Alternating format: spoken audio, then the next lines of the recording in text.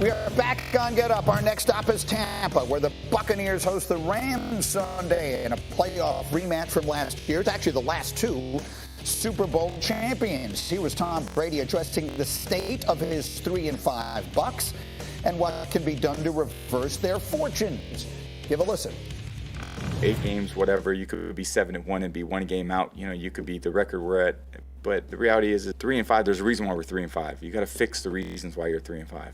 It's 1 game, but it's not like we have a huge margin of error when we take the field. We don't. So we got to make the plays that are winning plays. And there's winning plays and there's losing plays. There's winning football, there's losing football.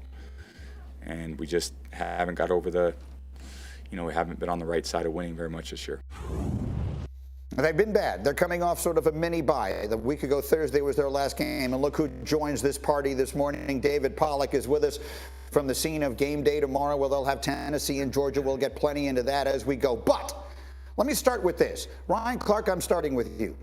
Hear me out. The things that are happening with the Buccaneers so far this season don't actually make sense. Their defense, which should be really good, has been just terrible. Yeah. Tom Brady, it's not like he looks bad. It looks like he and Mike Evans never played together before in their entire lives. These things don't make sense. They've had a mini bye. They're going to get things together. I just have a feeling they're going to knock off the Rams this weekend on their way to putting together a really good second half. RC, am I crazy? I don't think you're crazy, Greeny. I think, one, we have all built up so much. Tom Brady has built up so much emotional revenue for all of us. We believe that he can fix anything, that any situation he's in, he can diagnose us and be a part of the solution. So I think that's number one. We've also seen this Tampa Bay Buccaneers defense be really good this year. We thought through the first 2 or 3 weeks of the season that they would be as dominant as they were on their playoff run. And also, Mike Evans and Tom Brady have done amazing things together throughout the 2 years or 2.5 years Tom Brady is there. So it's no reason to not think that things can get fixed. The problem is they haven't done it to this point. And to this point, this hasn't looked like any team that's resembled a Tom Brady team throughout the last 23 years, much less the last 2 years in Tampa Bay. This is a huge week against the Los Angeles Rams. I think the Los Angeles Rams beating them last year and winning the Super Bowl will help this team be focused and thinking about how to get better this week and get this 1 win. And I think that this Tampa Bay Buccaneers team will win the NFC South. But it ain't about what I think, Greeny. It's about what they do, and it has to start this week. Yeah. Talk is cheap, and it's time to do it. And David Pollack, what do you expect? I'm just still emotional revenue. That's what he's built up, RC. Okay, I don't know what that is. It sounds really awesome. But Tom Brady's really, really good. I'm interested to see, this Buccaneers team. And I do. Listen, I believe in this week, Greeny, because let's be honest, too, on the other side, the Rams suck. I mean, they're awful. They've been very ungood all year long. Cooper Kupp, now being banged up, who is the number one focal point of the offense.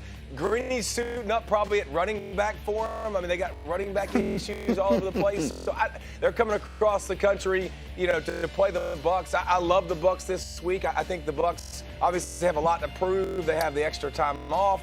Their weapons are all getting more and more healthy. So this week I love the Bucs. Long term, do I think the Bucs are going to make some noise? I don't, but for this week, I definitely like them. All right, Nico, this morning in our meeting, when I bounced this thought off of everybody, you gave us a motivational speech. Give it to us. What's the motivational speech this week for Brady and the Bucs? All right, fellas, look around this room right now. I want you to look around this room. There's no one walking through that door that's going to help us. We're all we got right now. We're all we got right now. Everyone in this room, we got to come together. The first 8 weeks, that's in the past. That's not going to help us moving forward. We got to take this 1 week at a time. 1 week at a time. We got the Rams this week, and remember what they did to us last year. We're going to look in the future. We're going to look at this week, and only this week. It starts now. It starts right now. I'm ready to go. Starts now, Greeny. I'm ready to hit somebody. I'm not ready. I'm not ready with that. I'm ready with that speech. I'm gonna hit somebody, not you though. I don't know who, but I'm not hitting you. I'm not ready with that speech, but I think your point is a good point in that, and that's what they were doing. Like, they had a team meeting this week. Levante David said, like, the thing about Tampa Bay is that they've done it before. Like, the last 3 years, this defense, they've been the #1 defense or either top 5 in stopping the run. This year, they're 24. We've done it before. Let's go back to who we used to be. Mike Evans, Chris Godwin. We've done it before. So, like, that's what we have to lean on. That speech, I ain't leaning on that speech. No, but the speech was good. I'm leaning on the fact that, like, we have all the... In recent memory, the sum total of it is that Kyrie Irving is not going to be playing for the Brooklyn Nets for at least the next 5 games. Let me take you through exactly how we got there. On Wednesday evening, Irving and the Nets both pledged $500,000 to anti-hate groups in response to the Nets guard promoting a book and a film that contains anti-Semitic rhetoric on his social media. In response to that pledge, NBA Commissioner Adam Silver yesterday expressed his disappointment that Irving did not offer an apology.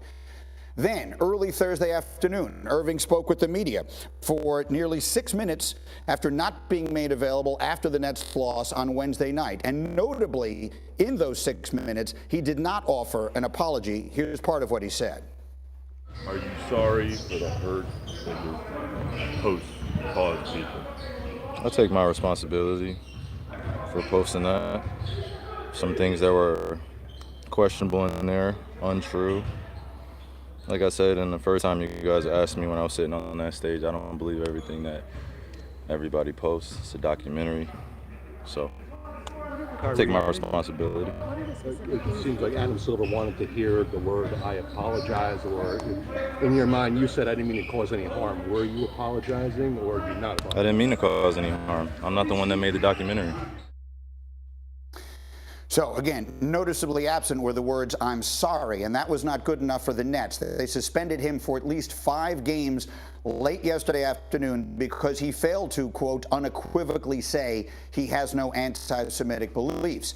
Then later last night, Irving responded to that with an apology on Instagram. It is lengthy, but of great note, he does include saying, "To all Jewish families and communities that are hurt and affected from my post, I am deeply sorry to have caused you pain, and I apologize." So that's a lot of information to take in. But again, all of that happened in one day. And here's the only person I know who can sort it out for us, and that's Adrian Wojnarowski. So, Woj, first and foremost, I think a lot of people are wondering, how did it take so long to get where it got last night? Take us through these last few days.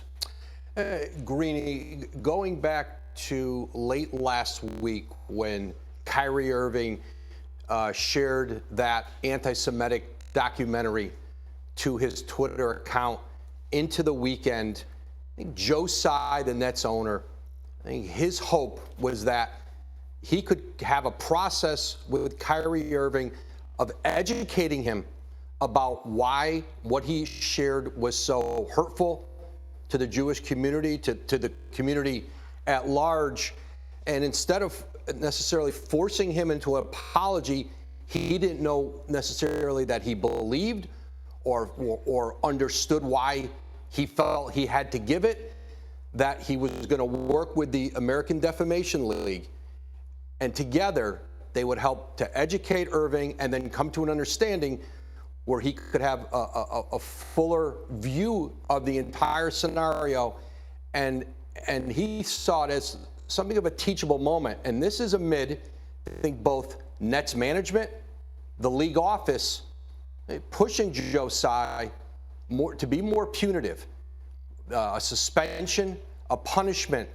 And as the days wore on and Kyrie Irving had a chance on Saturday night, then again yesterday, publicly with the media, to disavow, condemn the contents of that movie, to say that he was not anti-Semitic, those 2 public appearances, and then a joint statement with the Nets a couple days ago that still fell short. I think finally Joe Tsai realized, even after Adam Silver didn't want to wait for Joe Tsai anymore to figure this out with Kyrie Irving, he put his own statement out and wasn't going to just allow the Nets to handle this, let Joe Tsai handle it.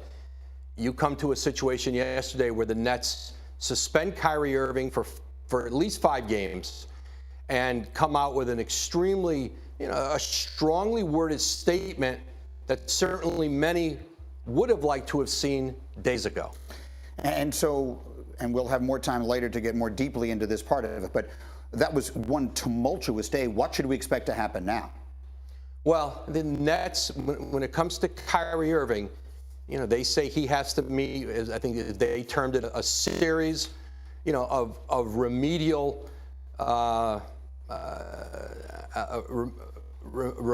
objective remedial sequence of trying to make this right over the next, at least through these 5 games. Now, I think you saw with Kyrie Irving, the apology that he posted on his Instagram late last night. Listen, he could have probably avoided the suspension if at any point in the last week he shared most of those sentiments and maybe a little more. He probably wouldn't be suspended now, but it took until he was suspended for him to share that last night. So you're looking at now at least 5 games without Kyrie Irving, and certainly his future in Brooklyn very much in question. All right, stay close by, which is obviously